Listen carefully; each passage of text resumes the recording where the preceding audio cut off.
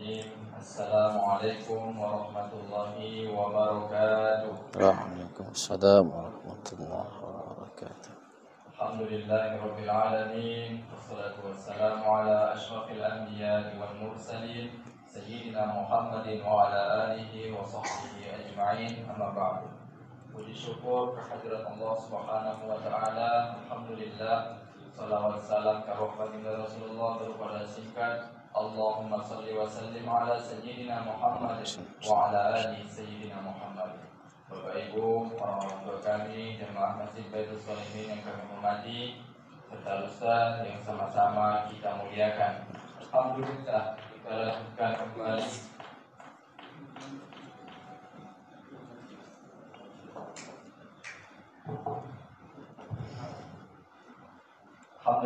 kita lanjutkan kembali pengajian pekan kita Senin malam Selasa ba'da salat Isya. Untuk mengambil berkah daripada pengajian kita ini, mari sama-sama kita mulai dengan membacakan Al-Basmalah. Bismillahirrahmanirrahim. Dan berikutnya kami serahkan kepada Ustaz. Kami persilakan.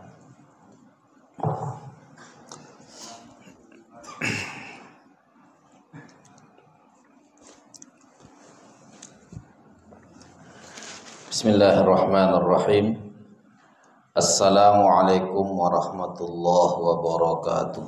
Waalaikumsalam warahmatullahi wabarakatuh. Alhamdulillahi rabbil alamin, wassalatu wassalamu ala asyrafil anbiya'i wal mursalin wa ala alihi wa ashabihi ajma'in. Subhanaka la ilma lana illa ma 'allamtana innaka antal alimul hakim. Rabbi shrah li sadri wa yassir li amri wa hlul 'uqdatam min lisani yafqahu qawli wa la hawla wa la quwwata illa billahil 'aliyyil 'azim. Rabbana zidna 'ilma warzuqna fahma wa 'allimna 'ilman min ladunka ya 'alim warzuqna 'amalan shalihan ya mujibas sa'ilin amin. Syukur alhamdulillah atas segala nikmat dan karunia Allah Subhanahu wa taala. Salawat dan salam atas junjungan kita Nabi besar Sayyidina Muhammadin sallallahu alaihi wasallam. Allahumma salli wa sallim wa barik ala Sayyidina Muhammad wa ala alihi wa ashabihi ajma'in. Badan Kenaziran Masjid, Bapak, Ibu, saudara-saudari, para penghuni surga Allah Subhanahu wa taala yang dirahmati dan dimuliakan oleh Allah Subhanahu wa taala. Kita lanjutkan kajian kita di surat Al-Baqarah. Insyaallah malam ini kita bahas ayat yang ke-65 dan 66. Surah Al-Baqarah ayat 65 dan 66. Allah Subhanahu wa taala berfirman, A'udzu billahi minasyaitonir rajim. Bismillahirrahmanirrahim.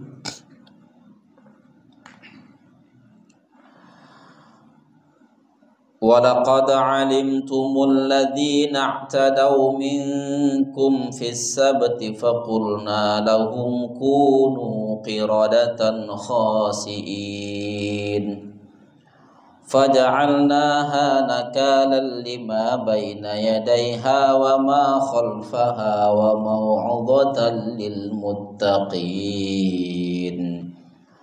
Shadaqallahul azim. Kira-kira terjemahannya, dan sesungguhnya telah kamu ketahui orang-orang yang melanggar atau orang-orang yang melampaui batas di antara kamu pada hari Sabtu. Lalu kami berfirman kepada mereka, jadilah kamu kera yang hina. Maka kami jadikan yang demikian itu peringatan bagi orang-orang di masa itu dan bagi mereka yang datang kemudian, serta menjadi pelajaran bagi orang-orang yang bertakwa. Bapak Ibu yang dirahmati dan dimuliakan oleh Allah Subhanahu wa taala, dua ayat ini juga masih berbicara tentang Bani Israel, tapi pada fase yang berbeda. Kalau ayat-ayat sebelumnya itu berbicara tentang Bani Israel, fasenya fase Nabi Musa. Dari mulai Nabi Musa membawa mereka dari Mesir keluar Mesir, lalu menuju ke Padang Tih dan begitulah seterusnya. Nah, tetapi pada ayat yang ke-65 dan 66 ini pada fase yang berbeda. Pada fase di mana nanti mereka atau sebahagian dari mereka itu dikutuk menjadi kerah. Dan pada ayat yang lain dikutuk juga menjadi babi. Pertanyaannya, ini di masa siapa? Sebelum menjawab pertanyaan itu, maka kita lihat terlebih dahulu ayat-ayat yang sama dengan ayat ini. Nah, ayat yang menceritakan cerita yang sama itu pada surat Al-A'raf, surat yang ke-7, ayat yang ke-163. Surat ke-7, surah Al-A'raf, ayat 163. Ketika Allah Subhanahu wa taala menyatakan was'alhum 'anil qaryatil lati kanat hadiratal bahri idh ya'duna fis sabti idh ta'tihim hitanuhum yawma sabtihim syurra'a wa yawma la yasbituna la ta'tihim kadzalika nabluhum bima kanu yafsukun. Kata Allah Subhanahu wa taala, dan tanyakanlah kepada mereka, yakni kepada Bani Israel, tentang satu negeri yang terletak di dekat lautan. Ketika mereka melanggar aturan, melanggar hal-hal yang ditentukan pada mereka pada hari Sabtu, di waktu itu datanglah ikan-ikan di laut tersebut di hari Sabtu itu. Nah, ikan tersebut terapung di permukaan. Ikan tersebut berada di permukaan air. Mereka melihatnya. Dan pada hari selain Sabtu, ikan itu tak ada. Ikan itu tak datang. Cuma di hari Sabtu itu saja. Nah, tetapi bagi mereka dilarang untuk mengambil ikan itu di hari Sabtu itu. Kalau diambil di hari lain, ikan itu tak ada. Inilah ujian. Maka Allah katakan, kadzalika nabluhum bima kanu yafsukun. Demikianlah kami mencoba mereka, menguji mereka, disebabkan mereka itu berlaku kefasikan. Jadi Allah uji dengan ini. Pertanyaannya, was'alhum 'anil qaryah. Tanyakan mereka, Bani Israel, tentang satu negeri. Pertanyaannya, negeri itu negeri mana? Tempat itu tempat di mana? Lalu pertanyaan yang tadi, itu di masa siapa? Dijelaskan oleh Al-Imam Al-Qurtubi di antaranya. Nah, supaya nanti bisa ditarik pada ayat surat Al-Baqarah nih. Karena nanti Al-Imam Al-Qurtubi dengan amat sangat panjang menjelaskan cerita ini pada surah Al-A'raf. Ayat 163 tadi. Nah, jadi kata Imam Al-Qurtubi, wa ruwiya fi qasasi hadhil ayah annaha kanat fi zamani Daud alaihi salam. Diriwayatkan bahwa kisah pada ayat ini, yakni surah Al-A'raf dan begitu juga dalam surah Al-Baqarah ayat 65 ini dan 66 itu terkait dengan atau terjadi pada zaman Nabi Daud alaihissalam. Jadi terjadi pada zaman Nabi Daud. Nabi Daud pun itu Nabi Bani Israel, cuman jauh di bawah Nabi Musa. Ceritanya mereka sudah menguasai Palestina dan beberapa negara di sekitaran Palestina. Apakah Yordania, Syam, beberapa daerah nanti di bawah, di bagian dari Arab Saudi. Nah, yang kalau kita lihat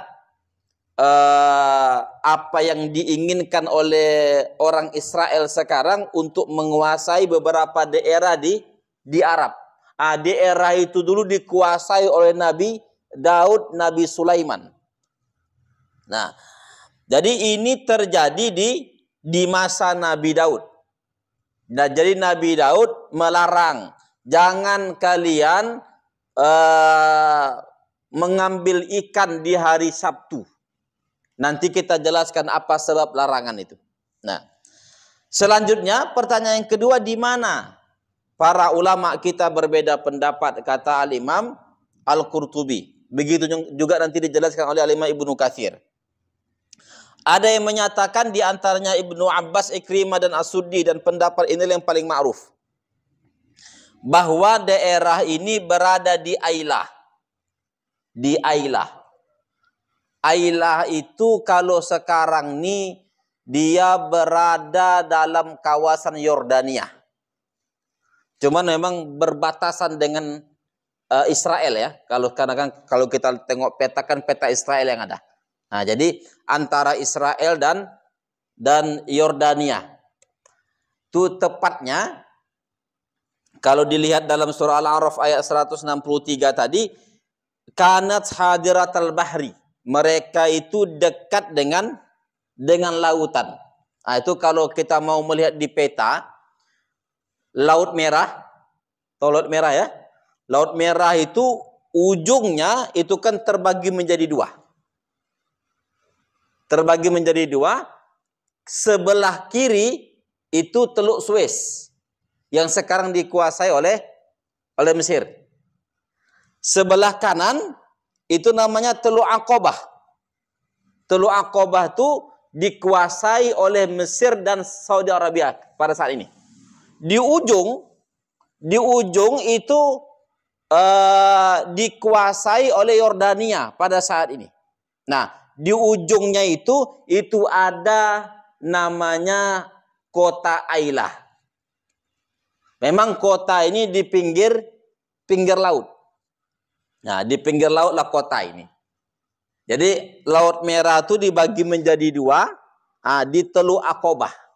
Nanti pertemuan dua teluk antara Teluk Suez dan Teluk Aqabah tadi, disitulah nanti dijelaskan dalam surah Al-Kahfi sebagai Majma' Al-Bahraini. Pertemuan dua laut yang nanti Nabi Musa dan Nabi Khidir bertemu di situ. Di Majma' Al-Bahraini, pertemuan dua laut. Maksudnya pertemuan dua laut itu antara Teluk Aqabah dengan Teluk Suez. Nah, jadi untuk Ailah ini dia berada di Teluk Aqabah itu. Teluk Aqabah terus sampai ke ujung. Di ujung itu ada namanya kota Ailah. Itulah yang dimaksud di sini. Nah, jadi allati kanat hadiratal bahri, disebutkan dalam surah Al-A'raf itu satu daerah, satu negeri yang terletak di dekat lautan. Itu namanya kota Ailah tadi. Dulu di zaman Nabi Daud itu dihuni oleh Bani Israel. Bani Israel menghuni itu. Dalam kuasa Nabi Daud. Selanjutnya ada pendapat yang lain. Ada yang mengatakan bahwa ini adalah kota Madian antara Ailah dan Tur. Ada juga yang mengatakan ini kota Maknah. Kalau Maknah dan Madian ini agak dekat tempatnya. Kalau sekarang ini dia berada di kawasan Saudi Arabia. Untuk saat ini masih tetap berada di Teluk Aqabah tadi. Cuman tidak sampai ke ujung. Dia masih di bawah. Masih di bawah. Nah, jadi nanti yang paling dekat dengan lautan itu Maknah namanya. Agak ke sana sedikit ada namanya kota Madian. Nah, ada yang mengatakan demikian. Ada yang mengatakan tempat yang lain. Tempat yang lain. Di pinggir pantai di bagian utara Israel kalau sekarang ini. Di pantai situ, di bagian atas. Laut apa namanya itu? Laut Tengah namanya. Kalau di atas Mesir. Entah laut apa namanya ya. Nah, nanti tengoklah. Tetapi kalau yang dimaksud tadi dengan Ailah, dengan Maknah atau dengan Madian, itu di Teluk Aqabah. Cabang sebelah kanan dari Laut Merah. Tuh kalau kita lihat di apanya di petanya. Yang paling banyak berpendapat tentang tempat ini itu adalah di Ailah, dan itulah yang paling mungkin. Pendapat itulah yang paling mungkin untuk menyatakan bahwa qaryah di sini, tempat di sini adalah tempat di dekat lautan yang dia dekat dengan Yerusalem atau dengan Baitul Maqdis pada zaman dahulu. Nah, ini kalau dia ditanya kapan dan di mana. Cuman ayat Al-Qur'an ini tak menyebutkan pada masa siapa, tak penting. Di mana tak penting. Cuman para ulama sejarah, nanti sebagiannya ulama tafsir akan mendeteksi berdasarkan riwayat-riwayat yang ada. Ternyata didapati dari riwayat Ibnu Abbas, Ikrimah dan As-Suddi yang mengatakan bahwa itu Ailah, atau di pendapat yang lain itu Makna, dan pendapat-pendapat yang lain juga ada. Nah, dengan demikian ini dua ayat ini memang masih berbicara Bani Israel, tapi pada generasi yang berbeda. Pada generasi yang berbeda. Kembali kita pada ayat. Ketika Allah mengatakan walaqad alimtumul ladzina atadaw minkum fis sabti. Sungguh kamu telah mengetahui, yakni Bani Israel, kamu Bani Israel telah mengetahui ada di antara kamu itu orang-orang yang melampaui batas, orang-orang yang melanggar hukum-hukum yang terkait dengan hari Sabtu. Nah, Bapak Ibu yang dirahmati Allah Subhanahu wa taala, mereka ini pada hari Sabtu itu dilarang untuk mencarikan. Dilarang untuk mencarikan. Di hari Sabtu dari awal hari sampai akhir hari. Awal hari itu malam hari. Akhir hari malam juga. Maghrib ya, waktu maghrib. Nah itu menurut pendapat di salah satu pendapat. Yang menyatakan bahwa awalnya malam berarti masuk Jumat, maghrib, sudah masuk Sabtu. Di situ sudah bermunculanlah ikan tadi sampai di hari Sabtu waktu maghrib. Mereka dilarang. Lalu karena ini berlalu di beberapa waktu, di waktu yang cukup lama berlalu kayak gitu, dan mereka tidak sabar terkait dengan itu, maka sebahagian mereka ada yang mengambil di hari Sabtu, dilarang. Karena memang Nabi Daud berkuasa pada saat itu. Dan hukum terjadi. Siapa yang melakukannya dihukum. Tetapi mereka berhailah. Di dalam ilmu hukum ada yang disebut dengan hailah. Hailah itu berkelah, berkelit. Bagaimana caranya? Mereka buat di hari Jumat perangkap-perangkap ikan.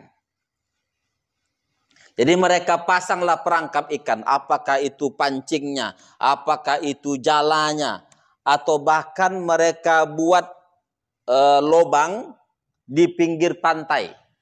Buat lubang di pinggir pantai, nanti ketika air itu naik pada hari Sabtu, ikan itu ikut. Masuklah dia ke lubang pinggir pantai tadi. Lalu ketika air surut, ikan tinggal. Tak bisa keluar. Jadi mereka buatlah yang seperti itu pada hari Jumat. Hari Sabtu mereka tak ngambil ikan. Dan hari Minggu mereka ambil ikan tadi. Ikan yang telah terperangkap tadi. Jadi begitu caranya untuk bisa mendapatkan ikan ini. Itulah liciknya Bani Israel ini. Padahal hal itu pun dicela. Mengapa? Karena ikan yang muncul di hari Sabtu itu tidak boleh dimakan. Tidak boleh diambil. Tapi mereka buat satu cara bagaimana supaya dapat mengambilnya tidak di hari Sabtu, mengambilnya di hari Minggu dengan memasang perangkap di hari Jumatnya. Itu yang mereka lakukan. Nah, pada akhirnya ketahuan. Jadi mereka makan ikan. Ikan ini ikannya enak, baunya pun terasa. Di salah satu riwayat oleh Imam Ibnu Katsir itu disebutkan keciuman bau ikan nih. Ketika mereka masak ikan itu hari Ahad, mereka masak lagi di hari berikutnya, bau ikan itu terasa. Jadi keciuman. Ini macamnya kalian nangkep ikan di hari Sabtu nih. Ini ikan di hari Sabtu. Kalau dari segi baunya, mana pula kata mereka. Kami nangkapnya di hari Ahad. Itu pun tak boleh. Karena ikan itu tidak boleh diambil. Ikan itu sebagai ujian. Supaya kalian menahan nafsu untuk bisa mengambil itu. Memang tidak boleh. Maka pada akhirnya setelah dilarang mereka berhenti sebentar. Lalu mereka lakukan lagi. Dan begitulah seterusnya sampai pada akhirnya ikan tersebut karena banyak mereka jual di hari Minggu. Sehingga larangan diketahui oleh banyak orang. Sampai turunlah kutukan sama mereka. Kalau kalian ambil lagi, kata Nabi Daud, maka kalian akan dikutuk. Maka kalian akan dilaknat oleh Allah Subhanahu wa taala. Maka mereka tak peduli. Karena selama ini kami ambil, tak apa-apanya. Tidak apa-apa. Maka ketika mereka mengambil di satu hari, Allah Subhanahu wa taala mengatakan, kunu qiradatan khasiin. Jadilah kalian itu qiradah. Jadilah kalian itu qiradah. Qiradah ini maknanya adalah kera. Nanti di dalam ayat yang lain, tak kera saja, tapi ada khanazir atau khinzir, bentuk tunggalnya. Disebutkan dalam surah Al-Maidah. Surat yang kelima, ayat yang ke-60. Ketika Allah Subhanahu wa taala mengatakan di tengah-tengah ayat, wa ghadiba kalau dari awal, qul hal unabbiukum bi syarrim min dzalika mathubatan 'indallah man la'anahu Allah wa ghadiba 'alaihi wa ja'ala minhumul qiradata wal khanazir wa 'abadat taghut. Ayat 60 surat Al-Maidah. Di tengah-tengah ayat tersebut ada mengatakan wa ja'ala minhumul qiradata wal khanazir. Dan Allah menjadikan sebahagian dari mereka, yakni mengambil ikan tadi, itu al-qiradah wal khanazir. Monyet atau kera dan babi. Dijelaskan oleh para ulama kita.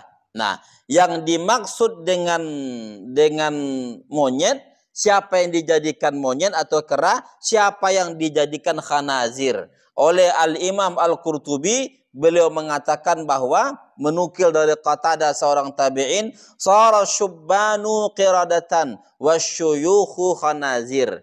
Jadilah yang muda-muda dari mereka itu qiradah, kera. Sedangkan yang tua-tuanya menjadi babi. Dan para ulama kita memang berbeda pendapat terkait dengan monyet dan babi ini. Apakah ini hanya majas atau ini betul-betul dirubah mereka menjadi monyet dan babi itu? Menurut mayoritas ulama bahwa yang terjadi itu adalah mereka dirubah secara hakiki. Muka mereka, wajah mereka itu memang dirubah menjadi qiradah dan khanazir. Dan inilah pendapat mayoritas ulama. Disebutkan oleh Al-Imam Al-Qurtubi dan ulama-ulama yang lain. Bahwa al-mansukhu la yansilu wa innal qiradata wal khanazir wa ghairuhuma kanat qabla dhalika walladhi masaqahumullah qad halaku wa lam yabqa lahum naslun. Yang orang dirubah oleh Allah ini menjadi monyet dan menjadi babi, itu tidak berketurunan nanti pada akhirnya, dan itu perubahannya hakiki, dan nanti mereka tak lama kemudian binasa. Pembinasaannya itu ada yang mengatakan 3 hari. Tak lebih dari 3 hari mereka pun dibinasakan oleh Allah Subhanahu wa taala. Nah, itu dijelaskan oleh Al-Imam Al-Qurtubi di antaranya menukil dari Ibnu Abbas, sahabat Rasul sallallahu alaihi wasallam, "Walam ya'ish maskhun qattu fawqa 3 ayyam." Kata Ibnu Abbas, dan mereka ini tidak hidup kecuali 3 hari. Nah, 3 hari mati. Nah, dan pendapat ini pun nanti dinukil oleh Al-Imam Ibnu Katsir pada generasi berikutnya. Karena Al-Imam Al-Qurtubi lebih dulu menyebutkannya. Walam ya'kul walam yashrab walam yansil. Mereka ini tidak bisa makan, tidak bisa minum, tidak pula memiliki keturunan. Nah, jadi nanti jangan difikirkan atau jangan terfikir kita, oh berarti inilah pendapat Uwak Darwin tuh, yang menyatakan bahwa manusia dari monyet. Tidak. Pendapat Uwak Darwin itu jauh sebelum manusia. Nah, jadi yang ini sudah di bawah. Nah, walaupun pendapat Uwak Darwin itu salah ya, nah, itu keliru. Kita tidak dari monyet. Nah, kalau yang mau dari monyet ya dia ajalah. Nah, Uwak Darwin itu saja yang dari monyet. Sebagaimana telah kita sebutkan ketika menafsirkan ayat 30-an surat Al-Baqarah ini, bahwa kita ini disebut dengan Bani Adam, anak keturunan Nabi Adam. Dan Nabi Adam itu tidak dilahirkan sebagaimana manusia, sebagaimana makhluk hidup yang biasa. Dia dibentuk oleh Allah dari tanah lalu ditiupkan ruh. Jadi dia tidak dilahirkan dari kecil. Itulah manusia pertama. Dan Nabi Adam ini nabi. Nabi itu tidak mungkin kalau tidak berperadaban. Pasti punya adab. Dan memang disebutkan dalam Al-Quran bahwa Nabi Adam itu orang alim. Gurunya Allah. Wa'allama Adam al-asma'a kullaha. Allah Subhanahu wa taala yang langsung mengajarkan Nabi Adam ilmu-ilmu, nama-nama semuanya, berarti orang pinter.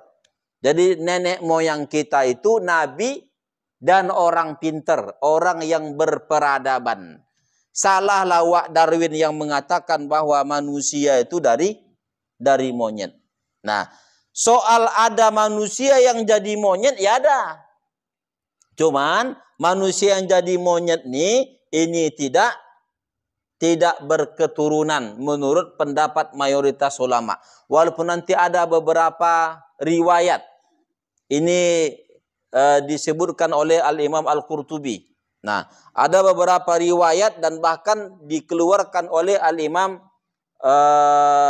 Al-Bukhari. Nah, tapi riwayat ini nanti akan disebutkan sebagai riwayat yang bermasalah. Mengapa bermasalah? Karena yang meriwayatkannya itu seorang tabi'in. Kata tabi'in ini, dia mengatakan, dulu ketika zaman jahiliyah aku melihat ada monyet yang dihukum rajam karena berzina. Dan aku pun ikut merajamnya. Nah, jadi dia dugalah, inilah keturunan Bani Israel yang dirubah menjadi monyet itu. Jadi terus dia berketurunan sampai di zaman jahiliyah dia melihat ada monyet yang seperti itu. Dia duga sebagai Bani Israel. Tapi pendapat ini terputus. Jadi tidak ini. Mengapa? Karena dia tabi'in. Tabi'in tidak mendapatkan zaman jahiliyah. Yang mendapatkan zaman jahiliyah itu para sahabat Rasul. Dan sahabatnya pun sahabat senior. Bukan sahabat yang junior. Sahabat yang senior. Nah, mendapatkan zaman jahiliyah itu. Jadi pendapat yang terkuat terkait dengan ini, bahwa mereka itu dirubah menjadi monyet, dirubah menjadi kera yang tua-tuanya, lalu mereka tidak bisa bertahan lebih dari 3 hari.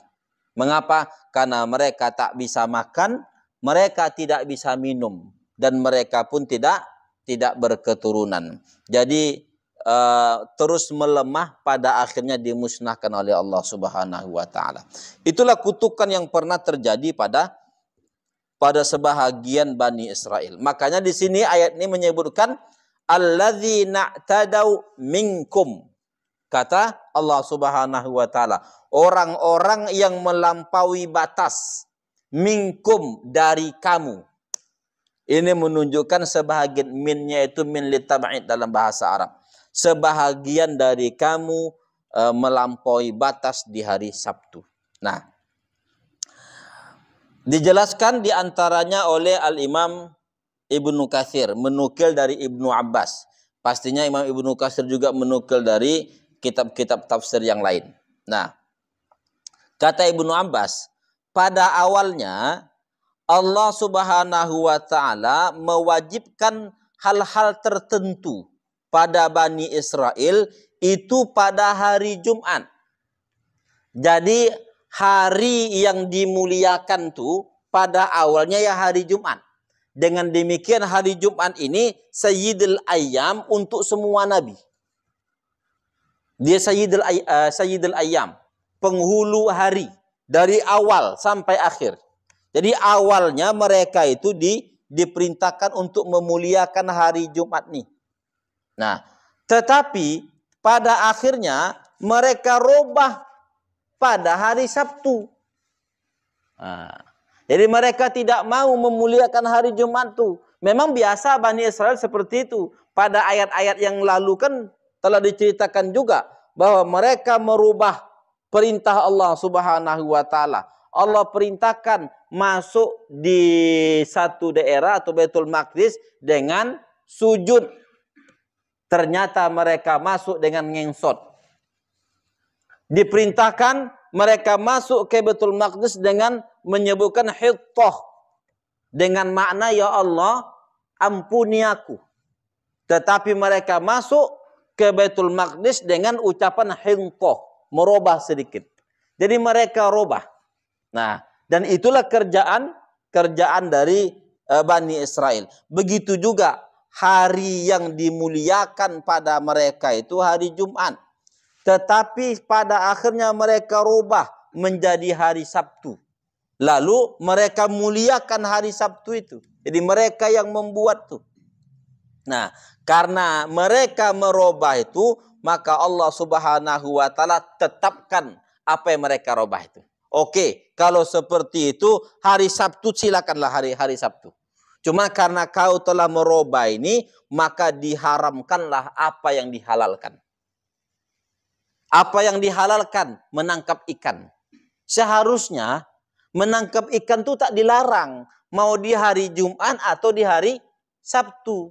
Tak dilarang itu. Silakan saja. Kalau seandainya kalian tetap mengagungkan hari Jumat. Cuman pada waktu tertentu tetap tetap kegiatan dihentikan untuk ibadah. Nah, selain itu di pagi atau di sorenya tidak jadi masalah, silakan beraktivitas. Nah, tetapi karena mereka robah tuh, maka Allah beratkan. Nah, mereka robah pada hari Sabtu, Allah beratkan. Kalau kayak gitu pada hari Sabtu tuh satu harian tuh kalian jangan mengambil ikan. Dan memang sengaja Allah Subhanahu wa taala munculkan ikan pada hari Sabtu itu. Sebagai apa? Sebagai ibtila, ujian bagi mereka. Nah, pada akhirnya diharamkanlah apa yang dihalalkan. Inilah sebab dari pengharaman ikan tersebut. Nah, ulahnya kenapa? Karena merubah perintah tadi. Perintahnya di hari Jumat dirubah menjadi hari Sabtu. Dan ditetapkan oleh Allah. Tak jadi masalah kalau itu yang kalian mau. Tetap hari Sabtu. Hari Sabtu. Tetapi bebannya diperberat. Begitu. Itu sama seperti kita. Banyak kali permintaan kawan tuh. Kalau kayak gitu beratkan dia. Kan gitu. Begitu juga Allah Subhanahu wa taala memperlakukan Bani Israel di sini. Nah, ketika itu terjadi, maka mereka pun mendapatkan kutukan itu. Nah, Bapak Ibu yang dirahmati Allah Subhanahu wa taala, memang kalau satu waktu itu telah dimuliakan oleh Allah Subhanahu wa taala, maka kita harus memuliakannya. Kalau kita tidak memuliakannya atau kita geser kemuliaannya pada waktu yang lain, maka di situ letak dari kemurkaan Allah. Dulu orang-orang Arab jahiliyah pernah menggeser bulan Rajab. Jadi bulan Rajab itu bulan yang diharamkan oleh Allah atau yang dimuliakan oleh Allah. Nah, makanya disebut dengan haram. Haram itu maknanya hurumah, mulia. Ada 4 bulan yang Allah muliakan di dalam Al-Quran. Dan itu kemuliaannya dari semenjak penciptaan langit dan bumi. Bulan apa? Bulan Zulqa'dah, Zulhijjah, Muharram, dan Rajab. Sekarang kita berada di bulan Sya'ban ya. Rajab sudah selesai. Di bulan Sya'ban. Nah, orang-orang Arab pada akhirnya dia tahu kemuliaan bulan Rajab nih. Karena memang dari zaman Nabi Ismail sudah ada. Dan mereka itu kan keturunan Nabi Ismail. Nah, terus ke bawah. Mereka sudah tahu. Tetapi pada akhirnya mereka geser bulan Rajab tuh. Mereka geser bulan Rajab itu pada hari yang lain. Jadi perhitungannya sengaja mereka geser. Kecuali suku Mudor. Suku Mudor itu tetap berada pada Rajab yang sebenarnya.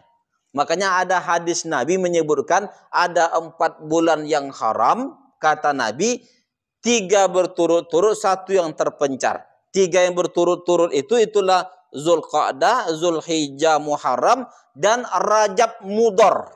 Jadi ada istilah Mudor yang disebutkan oleh Sayyidina Muhammad SAW untuk menyatakan bahwa Rajab yang dimaksud bukan Rajab yang dibuat oleh orang-orang jahiliyah pada saat ini, yakni saat baginda Muhammad SAW, tapi Rajab yang ditetapkan oleh suku Mudor. Mengapa? Karena sudah bergeser. Nah, jadi dikembalikanlah dia pada Rajab yang sebenarnya. Dan ketika Allah muliakan, kita harus muliakan. Tak boleh kita langgar kemuliaannya. Makanya kalau kita mau melihat bulan-bulan yang Allah muliakan, itu Allah larang, fala tadhlimu fihinna anfusakum. Jangan kamu lakukan kezaliman di 4 bulan yang haram nih. Pertanyaannya, berbuat zalim itu dilarang di 4 bulannya atau di bulan yang lain juga? Semua bulan. Tetapi dikhususkan pada 4 bulan nih, pada surat At-Taubah ayat 36 berbicara tentang bulan haram tadi. Nah, dikhususkan pada 4 bulan. Itu artinya apa? Artinya orang berbuat zalim pada waktu yang Allah muliakan itu akan mendapatkan akibat yang lebih, mendapatkan dosa yang lebih besar daripada di waktu-waktu yang lain. Mengapa? Karena waktu ini dimuliakan oleh Allah Subhanahu wa taala. Maka muliakan dia. Tidak dimuliakan, maka di situ ada akibat yang besar.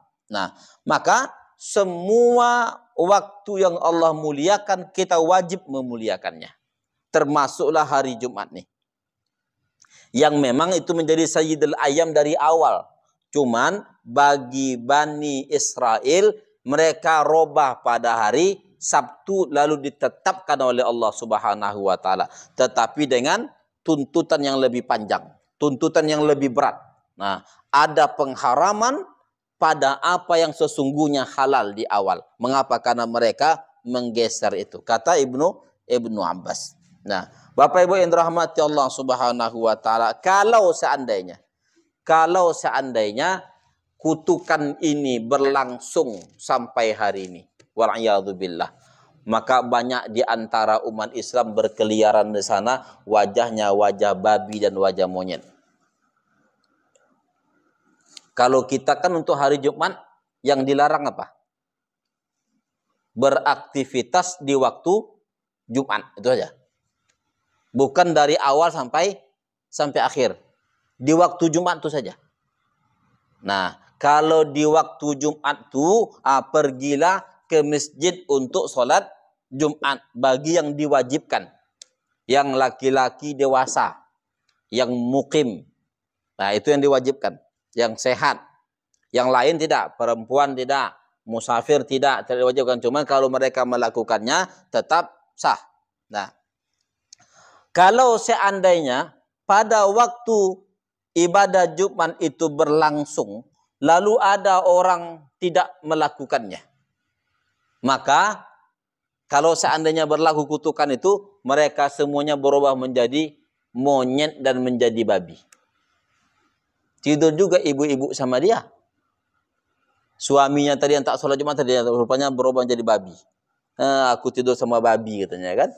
Nah, yang muda-muda tidur sama kera. Kalau seandainya berlangsung. Tapi alhamdulillah kutukan ini tidak berlangsung.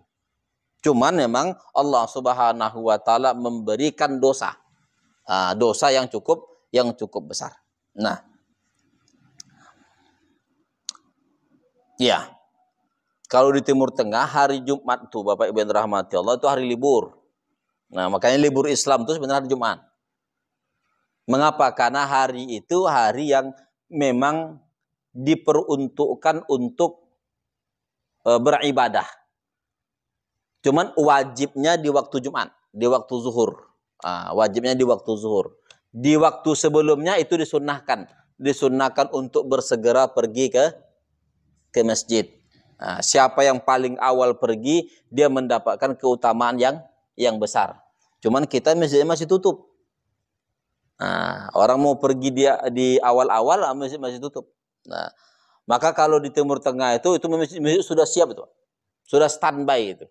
Jadi ada orang, karena memang libur. Jadi jam 9 dia sudah datang i'tikaf dia di masjid. Nah, jam 10 sudah datang i'tikaf di masjid. Awak udah azan pun masih merokok di depan sana. Kapan wajibnya datang itu? Wajibnya datang ketika azan. Azan waktu itu wajib. Idza nudiya lis-shalah min yaumil jum'ah fas'au ila dzikrillah. Nudiya lis-shalah itu yang dimaksud adalah azan pada waktu. Azan pada waktu itu yang wajib. Fas'au ila dzikrillah, jangan ditunda-tunda. Dan fas'au itu konsekuensinya adalah amar lil wujub. Kata perintah untuk kewajiban. Itu disepakati. Jadi kalau ada orang masih berleha-leha lagi di sana padahal sudah azan, itu mendapatkan dosa itu, Pak. Itu mendapatkan dosa. Nah, mengapa? Karena tidak melakukan yang wajib. Jadi langsung masuk ke masjid, masuk ke tempat di mana dilakukan ibadah Jumat di situ. Nah, kalau di awalnya itu masih sunnah. Masih sunnah. Nah, maka kalau kita beraktivitas kerja masih ngantor tuh silakan, tidak jadi masalah. Cuman yang sebaiknya itu adalah hari Jumat itu diliburkan.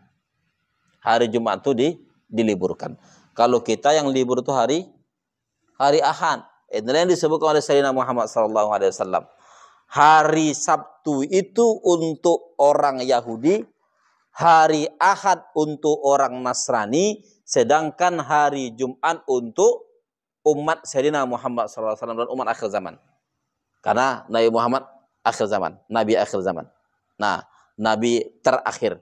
Maka hari Jumat. Ini kita mengambil hari Ahad untuk hari ini. Hari libur lah kita bilang. Nah, kok bisa itu terjadi? Karena kita jajahan Belanda. Tradisi itu terus diikuti ya. Kalau di Timur Tengah itu masih berlaku hari Jumat hari libur. Nah, kecuali kalau kita di beberapa pesantren lah ya. Di beberapa pesantren hari Jumatnya hari libur. Nah, ada beberapa perusahaan sekarang yang mencoba untuk meliburkan hari Jumat. Hari Minggu masuk. Tapi tak ada yang mau kerja situ. Nah, mengapa tak bekerja di situ? Karena keluarganya libur hari Minggu. Nah, nanti kalau dia libur hari Jumat, istrinya libur hari Minggu, kan tak bisa libur orang nih. Tidak bisa liburan, maka banyak yang berpikir. Nah, mengapa? Karena sudah punya sistem. Oke lah, tidak jadi masalah. Tetapi ingat, pada waktu zuhur itu jangan lagi ditunda-tunda untuk melakukan ibadah Jumat. Mengapa? Karena memang itu dimuliakan oleh Allah Subhanahu wa taala. Ya, kembali kita kemari. Nah, jadi ketika mereka melanggar ketentuan-ketentuan Allah pada hari Sabtu, yang sesungguhnya ketentuan itu diperberat oleh Allah Subhanahu wa taala. Mengapa diperberat? Karena ulah mereka yang merubah hari suci tadi. Mereka robah pada akhirnya, lalu diperberat oleh Allah Subhanahu wa taala. Tak tahan mereka akan beratan hukum tadi. Ketika tidak tahan, mereka melakukan satu kemaksiatan di situ, melampaui batas, maka Allah Subhanahu wa taala mengutuk mereka, kunu qiradatan khasiin. Jadilah kalian itu menjadi kera yang hina. Yang bertahannya menurut riwayat yang paling kuat tidak bisa bertahan di atas 3 hari. Nah. Ya, selanjutnya pada ayat yang ke-66 Allah Subhanahu wa taala mengatakan faja'alnaha nakalan lima baina yadaiha wa ma khalfaha. Nah, yang demikian itu kami jadikan peringatan. Sebenarnya kata nakalan itu bisa dengan makna azab, ya, dengan makna azab atau dengan makna balasan. Nah, mengapa disebutkan nakalan? Karena yang mendapatkan hukuman ini adalah golongan mereka. Jadi Allah jadikan satu kelompok mendapatkan hukuman itu menjadi nakal, menjadi hukuman bagi sebahagian yang lain. Itu sama seperti kalau suami dapat hukuman, kira-kira istri tersiksa apa tidak? Tersiksa.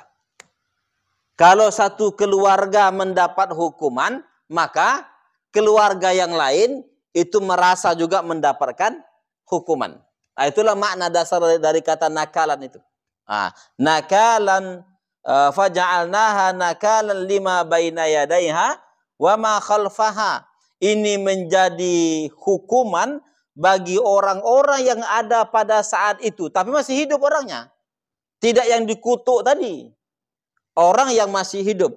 Mengapa? Karena itu keluarga-keluarga mereka. Dalam salah satu riwayat itu disebutkan bahwa pada akhirnya mereka ini diisolasi.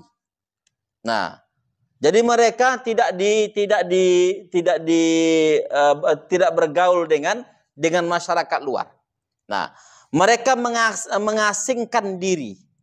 Tetapi pada akhirnya ketika ditemui oleh keluarga mereka yang berubah menjadi monyet tadi itu langsung tahu mana-mana keluarganya. Tetapi keluarganya yang tidak berubah menjadi kera tadi tak tahu. Tiba-tiba mendekat.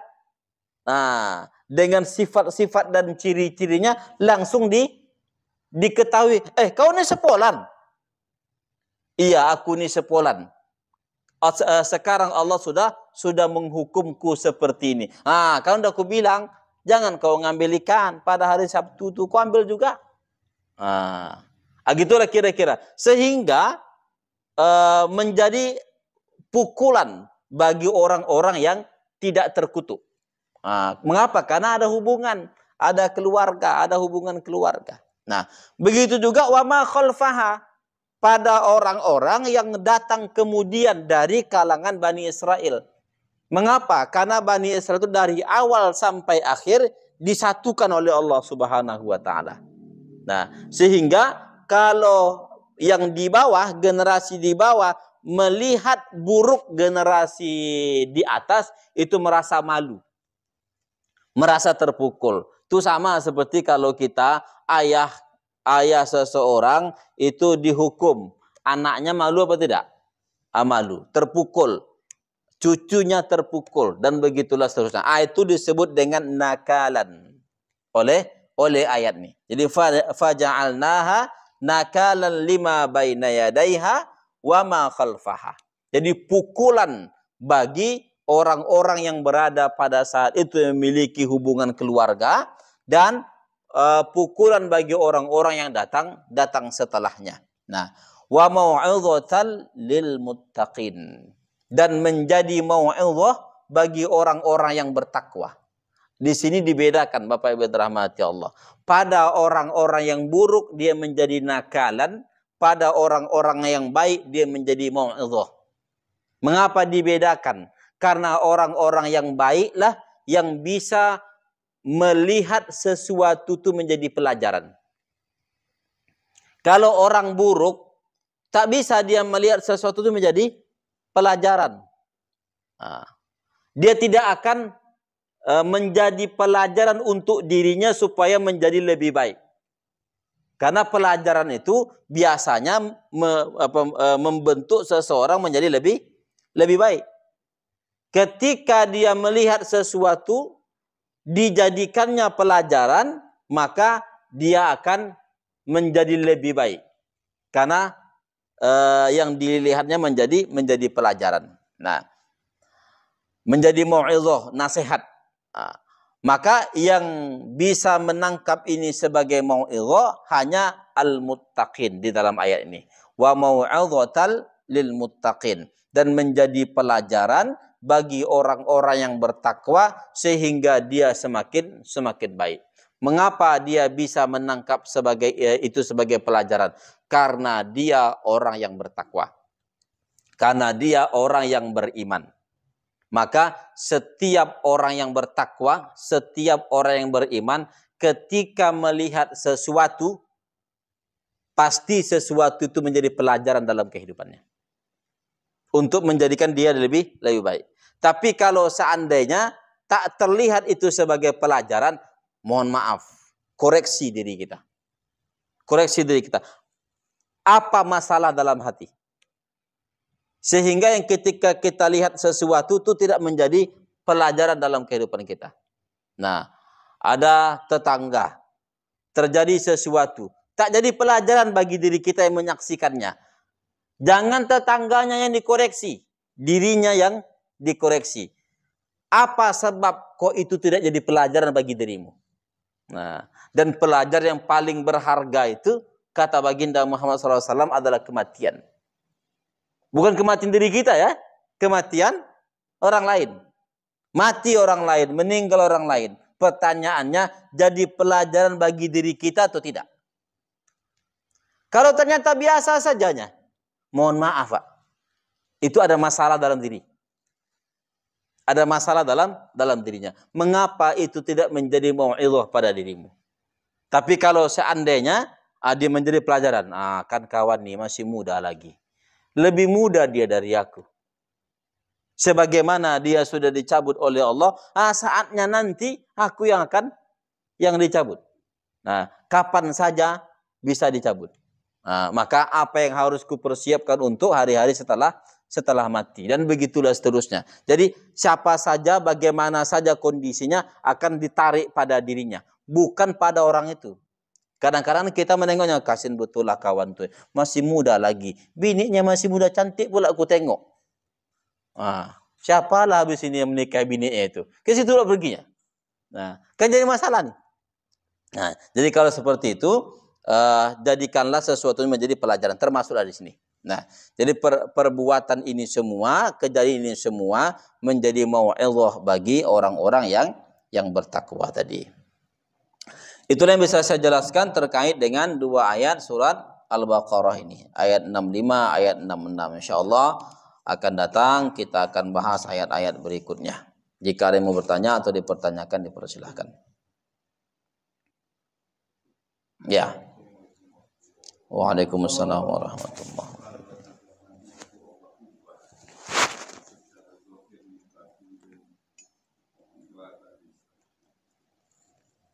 Disebabkan karena mereka melanggar perintah Allah. sekarang kalau tidak menjadikan itu apa sebenarnya sifat yang paling buruk pada dua binatang ini, Ustaz? Apakah orang yang melanggar perintah Allah bisa dikategorikan sifat-sifat itu ada pada dirinya? Waalaikumsalam warahmatullahi wabarakatuh. Dua binatang ini adalah binatang rakus. Babi itu memakan apa saja yang disuguhkan kepadanya. Ini di antara hikmah ya, di antara hikmah. Monyet itu binatang yang mengambil apa saja yang di luar dari kebutuhannya. Dikasihkan pisang satu sama dia, diambilnya pakai tangan kanannya. Dikasihkan lagi, diambil pakai tangan kiri. Diambil lagi, diambil pakai kaki kanan dan kaki kiri. Diambil lagi, dimasukkan ke mulutnya. Dan begitulah seterusnya. Jadi dua binatang ini sebenarnya binatang yang rakus. Nah, mengapa mereka itu atau apa hikmah mereka itu dirubah seperti itu? Karena ada kerakusan pada diri mereka. Dilarang jangan kau mancing di hari Sabtu itu. Jangan ngambil ikan di hari Sabtu itu. Taat kepada Tuhan, sembah Tuhan. Nah, pada hari Sabtu itu. Nah, maka karena mereka mengambil ikan pada hari Sabtu itu untuk atau berdasarkan pada kerakusan mereka pada dunia ini, maka mereka dirubah dengan dua binatang ini. Nah, itu samalah macam kita. Macam kita umat Islam. Sibuk dia bekerja, solat pun tak tentu lagi. Dengan alasan apa? Dengan alasan ini mencari harta. Aku tak bisa. Tak bisa aku sholat Jumat tuh. Padahal mohon maaf, sholat Jumat itu wajib jamaah. Beda dengan sholat yang lain. Kalau sholat lain yang kau tunda untuk jamaahnya, tidaklah sampai dosa. Walaupun tidak bagus. Ini sholat zuhur ini tak bisa aku jamaahnya. Mengapa? Banyak betul kerjaan nih, numpuk. Mungkin dia sholatnya di kantornya saja. Di sela-sela dia kerja tadi, diambilnya waktu 5-10 menit sholat dari situ. Tidak jadi masalah, tak ada masalah di situ. Walaupun tidak mendapatkan fadilah. Nah, tapi kalau sholat Jumat tak bisa. Kalau sholat Jumat harus berjamaah dan harus ke masjid. Nah, mohon maaf kalau saya secara pribadi, saya menolak, Pak. Sholat Jumat di kantor itu saya tolak. Kan banyak sekarang kan, sholat Jumat di kantor. Dibuatnya satu ruangan untuk sholat Jumat di situ. Dan itu bukan masjid. Nah, mengapa? Karena sholat Jumat itu harus di masjid. Masjidnya masjid jami' namanya. Masjid jami'. Jadi keluar turun kau dari kantor itu ambil cari masjid. Cari masjid. Nah, dan begitulah seterusnya. Nah, jadi harus mengorbankan waktu itu. Paling berapa itu? 1,5 ke 2 jam lah ya. 1,5 ke 2 jam. Atau 1 jam ke 1,5 jam. Jadi korbankanlah waktu itu. Jangan siksaan di dunia. Itu sama seperti kaum Ad, kaum Tsamud. Mereka disiksa oleh Allah dalam kondisi bermaksiat itu. Mati dalam kondisi itu. Kan di dunia dia dapatlah. Di akhirat nanti akan mendapatkan azab yang sebenarnya. Yang di dunia itu cuma sebahagian kecil yang telah didahulukan. Nah, berbeda kalau seandainya orang melakukan satu kemaksiatan, lalu dia mendapatkan hukumannya di dunia ini, cuman belum lagi dimusnahkan oleh Allah, dimatikan oleh Allah, masih sempat dia bertaubat. Itu masih, ya itu nanti selesailah di dunia. Sebagai contoh, pembunuh. Pembunuh hukumannya dibunuh. Dia rela menerima hukuman itu. Ya Allah, aku rela menerima hukuman ini sebagai balasan darimu. Nah, setelah itu setelah divonis maka dia bertaubat. Dalam kondisi bertaubat itulah dia dihukum. Maka nanti di akhirat dia tak dapat lagi hukuman itu. Cukup di dunia.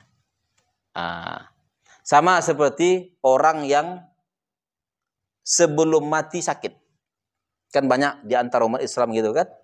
Sebelum dia mati sakit dia. Bertahun-tahun dia sakit. Sabar dia. Dia lihat ini sebagai hukuman Tuhan pada dirinya untuk menghapus dosanya. Dan semakin dekat dia kepada Allah Subhanahu wa taala.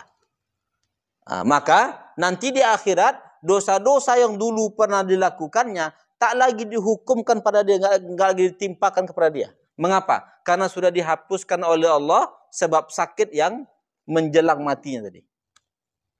Maka orang yang menjelang matinya sakit jangan dicela. Jangan dia dicela. Mengapa jangan dicela? Karena dia sedang proses penghapusan dosa. Tapi ingat kalau dia ridho. Dan biasanya ridhonya itu. Mengapa? Karena orang kalau udah sakit dia sampai pada ujungnya pasti dia berserah kepada Allah. Kalau imannya masih ada ya. Pasti berserah kepada Allah. Sejahat apapun dia. Nah, mengapa? Karena pada saat itu dia tidak bisa ngapa-ngapain. Berobat ke sana kemari tak sembuh-sembuh. Seperti sudah ada keputusasaan untuk sembuh. Cuman keputusasaan untuk sembuhnya itu disandarkan kepada Allah Subhanahu wa taala sehingga dia berserah. Ya Allah, ku terima takdirmu ini. Maka ada ridho di situ kan? Ada ridho. Dan ridho itu makom tinggi Bapak Ibu yang rahmati Allah. Ridho itu makom tinggi. Dia tidak hanya sabar. Tidak hanya berada pada tawakal. Tidak hanya berada pada qanaah. Tetapi pada ridho. Ketika dia ridho akan ketentuan Allah, maka Allah ridho kepada dia. Inilah dia. Radhiyallahu anhu wa radu'an. Atau sebaliknya. Radiyatan mardiyah. Dia ridho, lalu dia diridhoi. Nah, radiyah, mardiyah. Nafsu, diri yang ridho, lalu diridhoi oleh Allah Subhanahu wa ta'ala. Ketika itu, maka diantarkanlah dia pada mati yang husnul khatimah. Jadi kalau orang yang beriman, mati dia sebelum mati itu dia sakit, maka itu proses pengampunan dosa. Seburuk apapun kondisinya, mungkin udah busuk betul lah badannya itu. Sakit gula. Semuanya sudah berkudis. Maka kan biasanya bau tuh kan.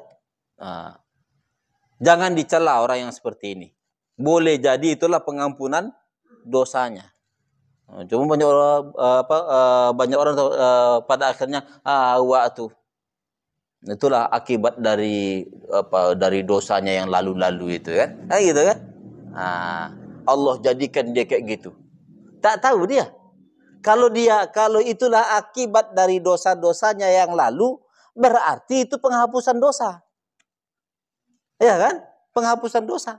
Seharusnya orang yang ngomong tadi sadar. Kalau itu akibat dari dosanya yang lalu, masih di dunia ini, dan dia belum melepaskan keimanannya, justru terlihatlah kedekatannya kepada Tuhannya dalam kondisi seperti itu, maka itu penghapusan dosa. Dan mohon maaf, matinya itu mati yang ringan. Kita saja menengoknya berat. Yang berat itu bukan pas mati, sebelum mati. Jadi ketika sakratul mautnya itu ringan.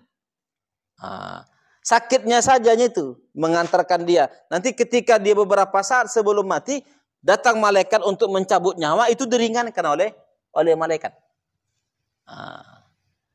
Diringankan. Jadi hati-hati bagi orang yang melihat orang-orang yang seperti ini. Dan bahkan banyak ustadz ya. Banyak ustadz kan seperti itu. Ada ustadz yang pada akhirnya stroke berkali-kali sebelum meninggal dunia. Yang dia sakit gula kan. Mengapa? Karena setiap pengajian dikasih teh manis. Makanya saya tidak mau teh manis. Dan nanti jangan dibuat teh manis ya. Tidak saya minum itu. Biasanya saya minum aja. Mengapa? Karena jarang-jarang gerak. Pada akhirnya udah sakit gula.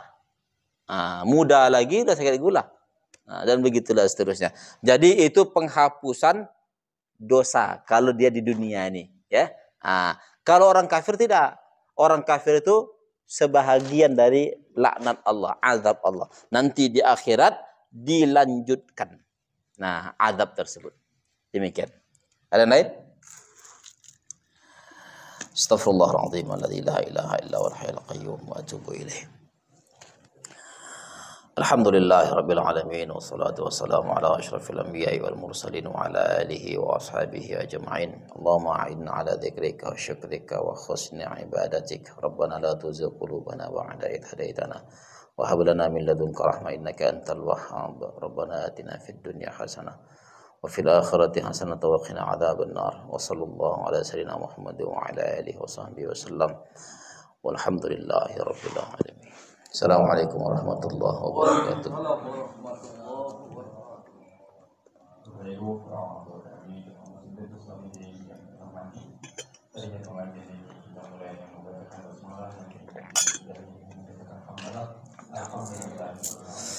Assalamualaikum warahmatullahi wabarakatuh.